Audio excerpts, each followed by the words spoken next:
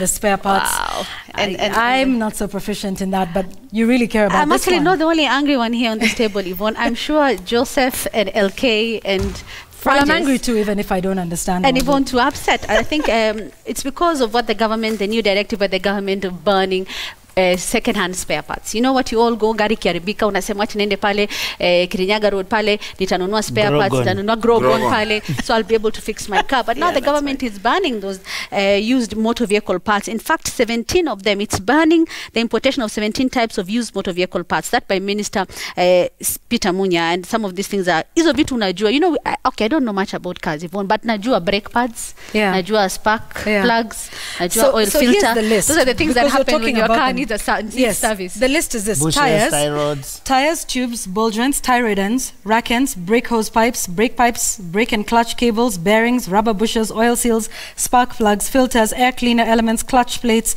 pressure plates, release bearings, and brake pads. Yes. Like I said, I'm not an expert.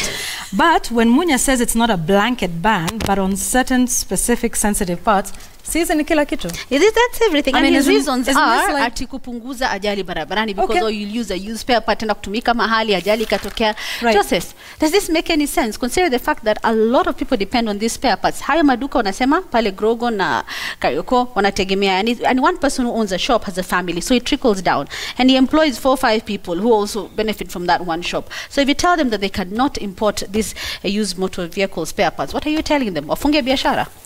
Well, I think the government, first of all, has to be clear about what it means, because I think even KEBS was quoted by some people denying. There was a statement. They actually had a statement. So they're actually saying that this is not a new policy, is not part of the national automotive policy that they've been trying to push, that this has always been there. And actually, I remember that in 2009, there was an interesting development, because then the Prime Minister at the time, Raila Odinga, actually reversed a ban that existed at the time on this very issue, saying it was ill-conceived, that it was not properly thought out, and that sort of thing. And it does appear to me that even this one is completely haphazard, because we still do not know how many of these things, how many Kenyans deal with what specific aspects of it. They've not told us why we would not import second-hand brake pads, for example. They're saying, oh, you cannot use used brake pads. But it just depends on how much it has been used, because you can use your own brake pads for a long time. So it is those kinds of things that I think people need to be explained to, because one of the things that happens in this country, in my view, which is part of a worrying trend, is where people come and make pronouncements, but they don't explain to people, why are we doing this? Why are we taking away the livelihood of someone without making them understand what the big picture is? Let me say 2 things real quick. So that KEBS statement says it's not a ban. This is what they say.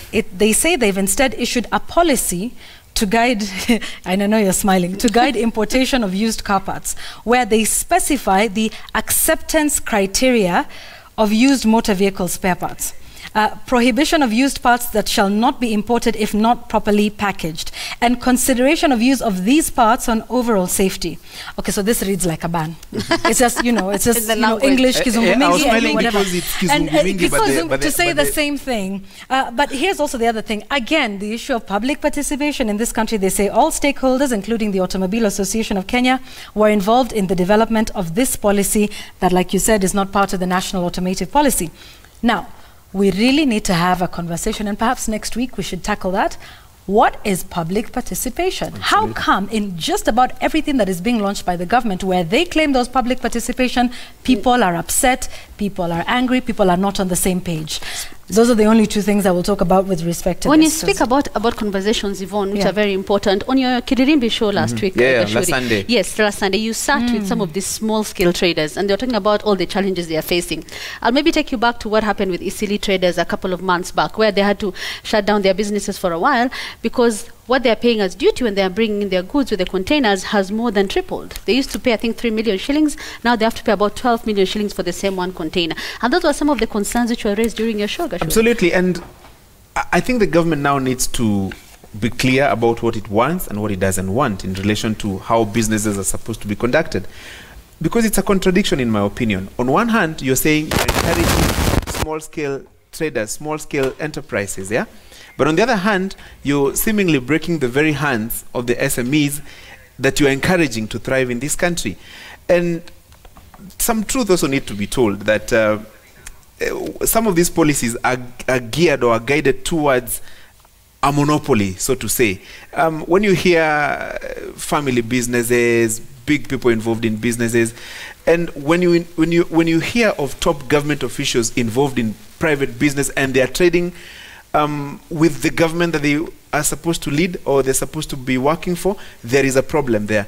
And those guys in government or those people who lead government need to make up their minds whether they want to lead or whether they want to do business. Because the moment they decide to do business for themselves and for their families, it becomes an opportunity for them to introduce policies that are going to affect a majority. And you see the government also has the power to implement. So you small-scale traders and other people, you will be told what to do and how it will be done. And you have very little in terms of recourse. And so the government and the people who lead it must make their minds whether they want to do business or to lead.